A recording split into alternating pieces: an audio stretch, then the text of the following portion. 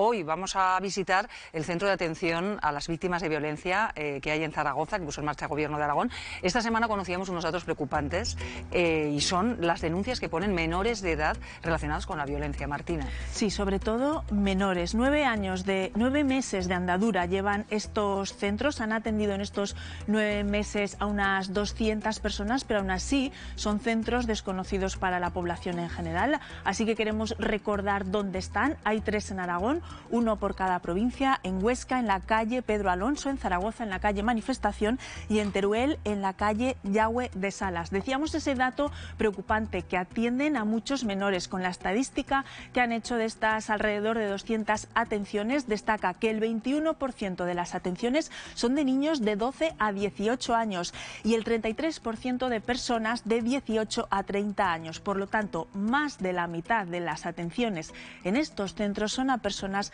menores de 30 años. Gracias, Martina. Pues acudimos a este centro que se conoce como CAIBIS en Zaragoza, donde están recibiendo esas llamadas, esas primeras atenciones a estas familias que indican que estos menores han sufrido violencia sexual.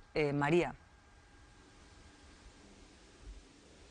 Sí, son datos duros que nos hacen romper con esos estereotipos, con esas falsas creencias sociales en torno a las agresiones sexuales en las 3 provincias. Estos 3 centros CAIBI que se encuentran en las 3 provincias en su primer año de vida han atendido a 214 personas. Más de la mitad de las personas que han atendido son menores. Y otro estereotipo que quieren romper, otra falsa creencia, es que más del 70% de las atenciones, de las agresiones que se llevan a cabo, se hacen en el entorno más cercano. Estos datos nos los ha dejado María Antoñanzas, directora del Instituto Aragonés de la Mujer, en una visita que ha hecho esta mañana al centro CAIBI de Zaragoza. No hay una edad media, que no hay un estereotipo de víctima de violencia sexual y que tenemos que trabajar con los jóvenes y sobre todo con la población en general. En menores de edad ha habido un 21% de los casos atendidos. Un 79% de las agresiones sexuales han tenido lugar en un entorno conocido, familiar, social. Vamos a conocer cómo trabajan estos centros CAIBI en las 3 provincias. Nos encontramos en uno de ellos en Zaragoza. Dan apoyo psicológico, también asesoría jurídica. Marta Cortés, trabajadora social, eres la que desvela estas cifras que acabamos de conocer, reveladores estos datos y duros también. Sí, eso es. Al final son unos datos bastante reveladores de lo que has dicho tú, ¿no? De romper estereotipos. Al final siempre tenemos esa creencia de que las agresiones sexuales ocurren en la calle, en el ocio nocturno, a oscuras, por parte de una persona desconocida. Y bueno, después de todo este año de trabajo nos estamos dando cuenta de que es en el entorno más cercano, muchas veces en casa, por familiares o amigos de toda la vida, ¿no? Que son las personas que más están cometiendo este tipo de agresiones. De momento hacéis casi un año de vida estos 3 centros que se encuentran en las 3 provincias aragonesas. ¿Qué ofrecen? Bueno, al final aquí lo que hacemos es una atención social, psicológica, educativa y legal a todas las personas que hayan sido víctimas de cualquier tipo de violencia sexual.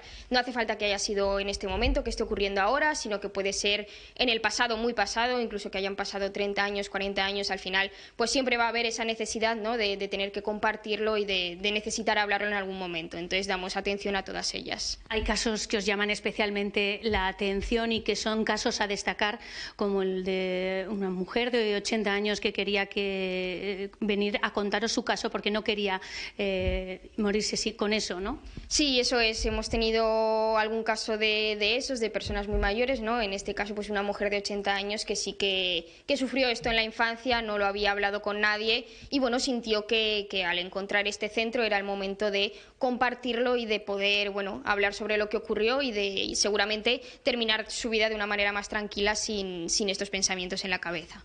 No sois solo centros de atención, también de prevención y de educación. Eso es, yo creo que bueno, es algo que tenemos que dar a conocer, ¿no? Y es una de las actividades en el que también más empeño ponemos, esa difusión, esa información de qué es esto de la violencia sexual, de cómo prevenirla, de cómo erradicarla y cómo trabajar sobre todo pues con los jóvenes, ¿no? Para que en algún momento no haya que atender a estas víctimas, sino que solo sea una labor educativa. Muchísimas gracias por la labor que hacéis y un teléfono al que pueden llamar todas aquellas mujeres que se sientan desprotegidas, con miedo o que hayan sufrido algún tipo de agresión sexual, 900-504-405. Gracias, María. Pues así funcionan estos centros en los que se han recibido pues, llamadas o atenciones como las que nos están contando. Sobre todo preocupan en menores. Qué importante es la creación de esos espacios seguros para que las mujeres, sobre todo las mujeres muy jóvenes, puedan ir allí y sentirse lo suficientemente arropadas como para contar algo tan grave como que tu abuelo o tu tío o el amigo de tu padre te ha tocado o sea, esos espacios son absolutamente necesarios. Sí que es verdad que este centro en concreto debería estar abierto 24 horas y no se cumple y bueno, debería ser sin cita previa y tampoco lo cumplen, pero bueno, no tiene nada que ver con las profesionales que están allí, sino con los recursos que ellas tienen y con los que tienen que bregar.